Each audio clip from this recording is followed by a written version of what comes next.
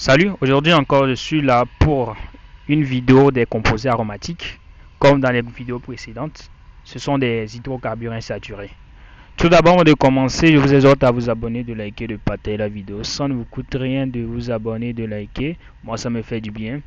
Passons à l'exercice qui se présente à l'écran. C'est ça. Le numéro 1 dit que le benzène réagit avec l'éthylène en présence d'un catalyseur pour donner l'éthylbenzène. Écrivez l'équation de la réaction. Donc on y va avec la correction. On y va avec la correction. Voilà, c'est notre éthylène. C'est notre benzène plutôt, le benzène plus l'éthylène qui va réagir en présence d'un catalyseur pour donner ça. Donc donc ce qui va venir, la double liaison va venir se lier ici, va venir ici se lier, donc ça va nous donner un va donner éthylbenzène. Éthylbenzène, c'est ça ici. C'est ça ici. La seconde question dit: quelle est la formule semi-développée du composé aromatique obtenu par déshydrogénation de l'éthylbenzène? Quand on parle de déshydrogénation, c'est qu'on a enlevé l'hydrogène. Lorsqu'on parle d'hydrogénation, ça veut dire qu'on a ajouté l'hydrogène. Donc il faut faire, donc c'est ça, le composé obtenu, c'est ça. Lorsqu'on a levé, on a fait une hydrogénation. Donc on a levé déshydrogénation, on a levé l'hydrogène. Donc ce qui veut dire que ça va nous donner ça. C'est ça là on va obtenir. Donc on y va avec la seconde question.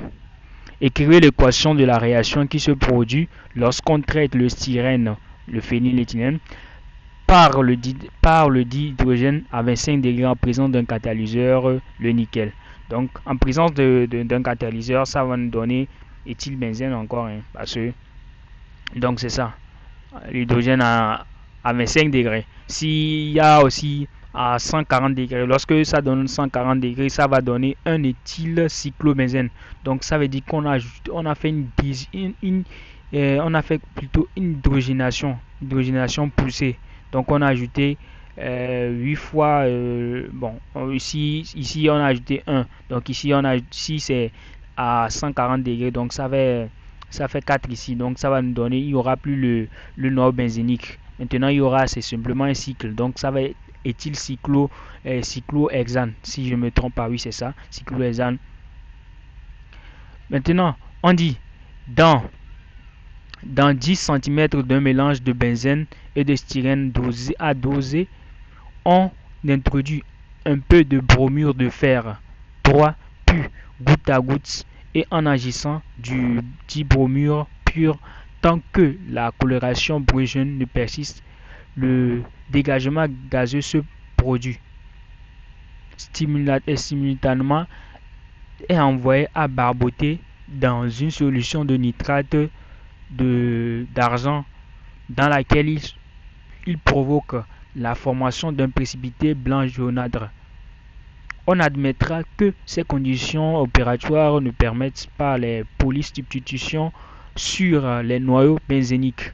Le volume de dibrome versé est de 8,4 cm3. Le précipité blanc filtré et séché pèse 19,1 g.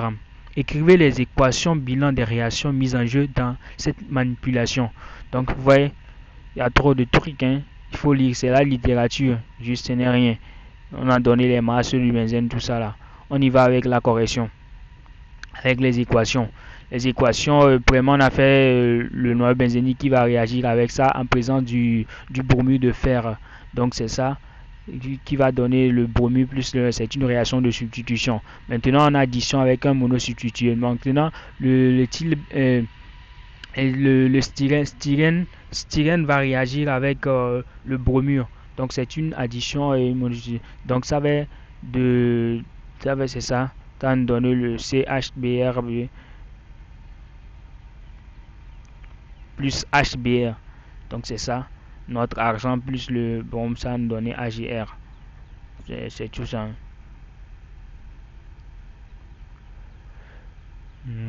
Maintenant, on dit bon, déterminer les compositions molaires volumiques du mélange étudié. Bon, mélange étudié. Et après, on dit de déterminer la masse. On nous a donné la masse volumique du benzène, la masse volumique du dibrome. Donc, ça va être simple. Comme on connaît le volume, on connaît le précipité blanc formé, sa masse, on connaît aussi on connaît le volume du mélange de benzène et de cylindre dosé. Donc, on y va. Donc, on sait que ici, on a le BR. Donc, on a BR dans deux solutions.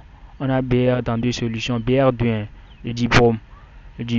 Donc, ce qui veut dire que pour calculer comment dire ça, la quantité de matière de dibrome, du BR2, donc ça veut dire que ça fait la quantité de matière dans l'équation bilan là, plus la quantité de matière dans l'équation bilan là.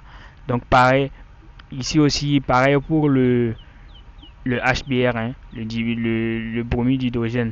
Donc, c'est dans les deux équations. C'est ça. Donc, donc ici, si on fait comment on appelle ça, la réaction stéchiométrique, donc ça va ça égale à ça. Là, ça égale à ça. Donc, ça va la quantité de matière de HBr égale à la quantité de matière de Br égale à la quantité de matière de.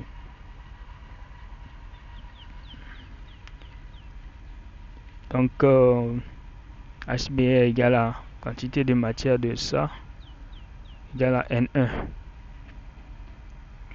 Donc,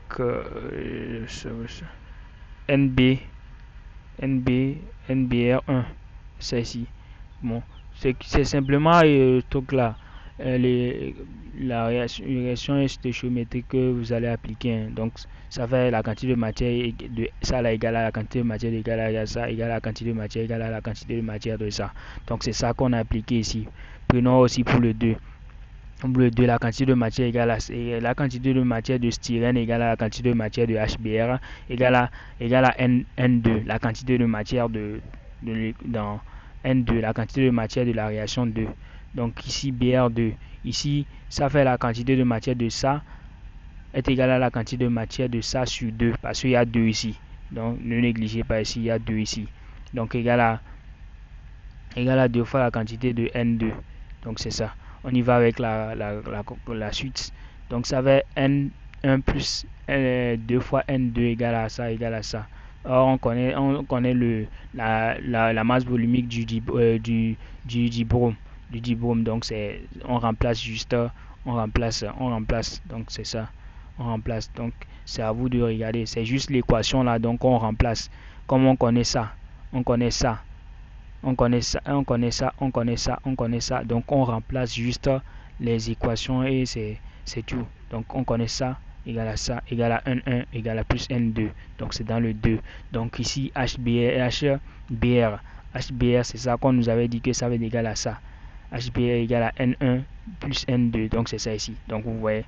Donc, c'est juste il faut savoir faire la réaction géométrique, savoir, c'est tout ce qui demande ici, c'est tout ce qui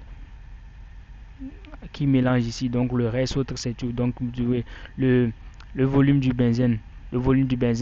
Comme on connaît déjà la quantité de matière, c'est facile de calculer le volume. Le volume, ça va rV, la masse égale à rho 1, c'est ça. Maintenant, le volume de cylindre, ça va V1 plus V2. Donc, pour trouver le V2, le volume total, hein, pour trouver le volume de. Parce qu'on a dit c'est un mélange. On a dit que c'est 10, bon, on a donné ça au début. 10, quelque chose. Donc, ça va être V2 égale à 7,11 cm3 et V égale à ça. Donc, on dit de calculer la masse volumique du styrène. On connaît le volume. On connaît le volume. On connaît le volume, on connaît la masse, on connaît la quantité de matière. Qu'est-ce qui nous reste? Donc, au total, on a notre rho du styrène égal à 1900 kg par mètre cube. C'est tout ce qu'on nous demandait, ça. Nous sommes arrivés à la fin de la vidéo. J'espère bien que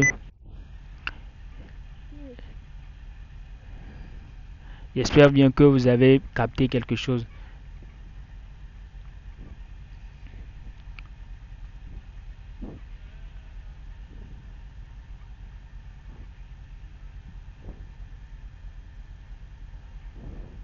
sommes arrivés à la fin de la vidéo.